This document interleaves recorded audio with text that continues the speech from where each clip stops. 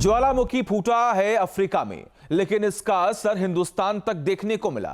पिछले कुछ सालों से सो रही ज्वालामुखी लगातार फूट रही हैं।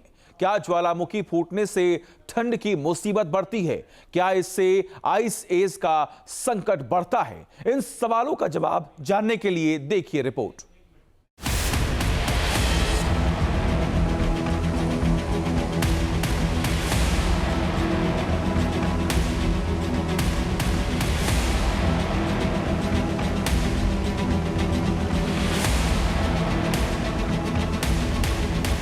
अफ्रीका में ज्वालामुखी विस्फोट हुआ और उसका असर एशिया तक देखने को मिल रहा है।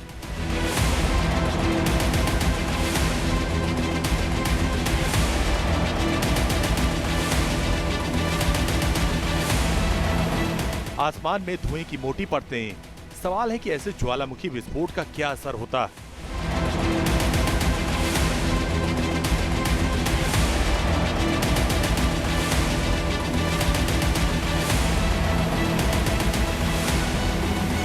ज्वालामुखी विस्फोट की है और दूसरी भारी बर्फबारी।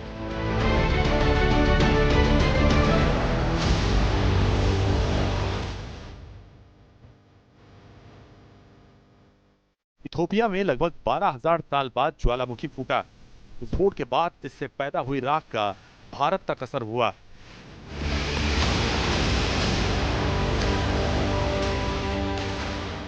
इससे भारत में भी उड़ानें प्रभावित हुई।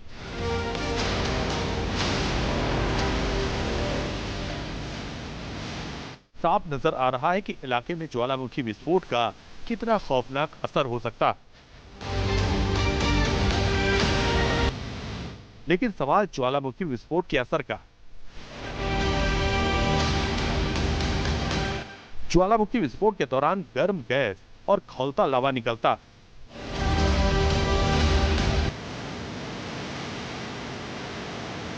सवाल है कि क्या ज्वालामुखी विस्फोट से सुपर कूलिंग भी होती है?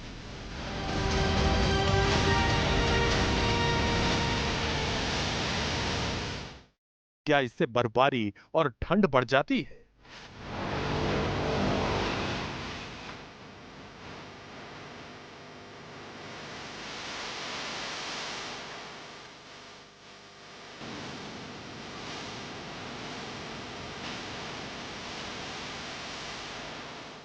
इतिहास में कुछ घटनाएं हैं जो इसकी ओर इशारा करती।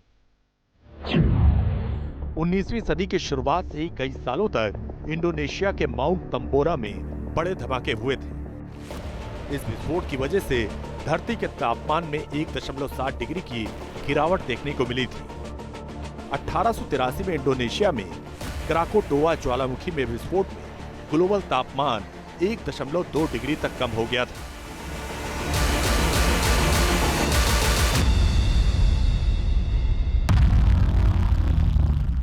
बताया जाता है कि दोनों ज्वालामुखी विस्फोट का पूरी दुनिया पर खौफनाक असर हुआ था। यूरोप और नॉर्थ अमेरिका में पूरे एक साल गर्मियां आई ही नहीं थी।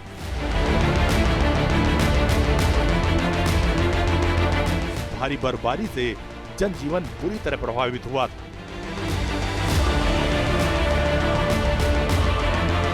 सवाल है कि क्या दुनिया उस ओर बढ़ रही है? वैसे एक्सपर्ट्स का कहना है कि ज्वालामुखी के बड़े विस्फोट धरती को कुछ समय के लिए ठंडा कर सकते हैं। इसे ग्लोबल कूलिंग पीरियड कहते हैं। लेकिन क्या इससे हिमयुग आ सकता है?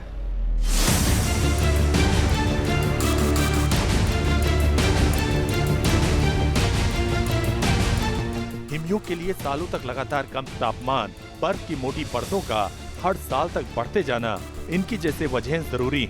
क्या दुनिया फिर उसी तरफ बढ़ सकती है? ज्वालामुखी के फटने से सुपर कूलिंग हो सकती है, क्योंकि जब ज्वालामुखी फटता है तो इसमें से सल्फर डाइऑक्साइड के एरोसोल्स निकलते हैं जो कि पूरे वायुमंडल में छा जाते हैं, जिसके कारण सूर्य की किरणें परावर्तित हो जाती हैं और वो पृथ्वी पर नहीं पहुंच पाती हैं, और जिसके कारण पृथ्वी धीरे धीरे जो ठंडी होने लगती है। इसके कई सारे उदाहरण हैं। कई बार जब भी वॉल्केनिक इरप्शन हुआ है तो इवन पृथ्वी का तापमान -0.4 डिग्री तक कम हुआ है। एक्सपर्ट्स का कहना है कि विस्फोट के दौरान भारी मात्रा में राख, धूल और गैस ऊपरी वायुमंडल तक जाती है। ये कण स्ट्रेटोस्फीयर में एक परत तैयार करते हैं जो अम्ब्रेला की तरह काम करते हैं। इससे सूरज की गर्मी इससे टकराकर लौट जाती है। ज्वालामुखी से निकलने वाली सल्फर डाइऑक्साइड गैस ऊपर जाकर सल्फेट एरोसोल बनाती है।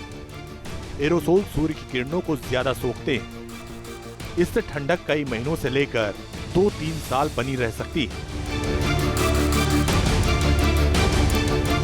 साफ है कि ज्वालामुखी विस्फोट का धरती पर जबरदस्त असर होता है। पिछले कुछ सालों से देखा जा रहा है कि हजारों साल से सुप्त पड़े ज्वालामुखी जाग रहे हैं। सबसे बड़ा मुद्दा ये है कि ज्वालामुखी की सक्रियता धरती के पैटर्न को क्या बदल पाए। Team news nation. जहां भक्ति है हर शब्द में, कथाओं में छिपे हैं दिव्य रहस्य और ज्योतिष देता है जीवन को दिशा। धर्म से जुड़ी हर बातों को जानने के लिए हमारे चैनल स्तुति को सब्सक्राइब करें। चैनल पर जाने के लिए इस लिंक पर क्लिक करें।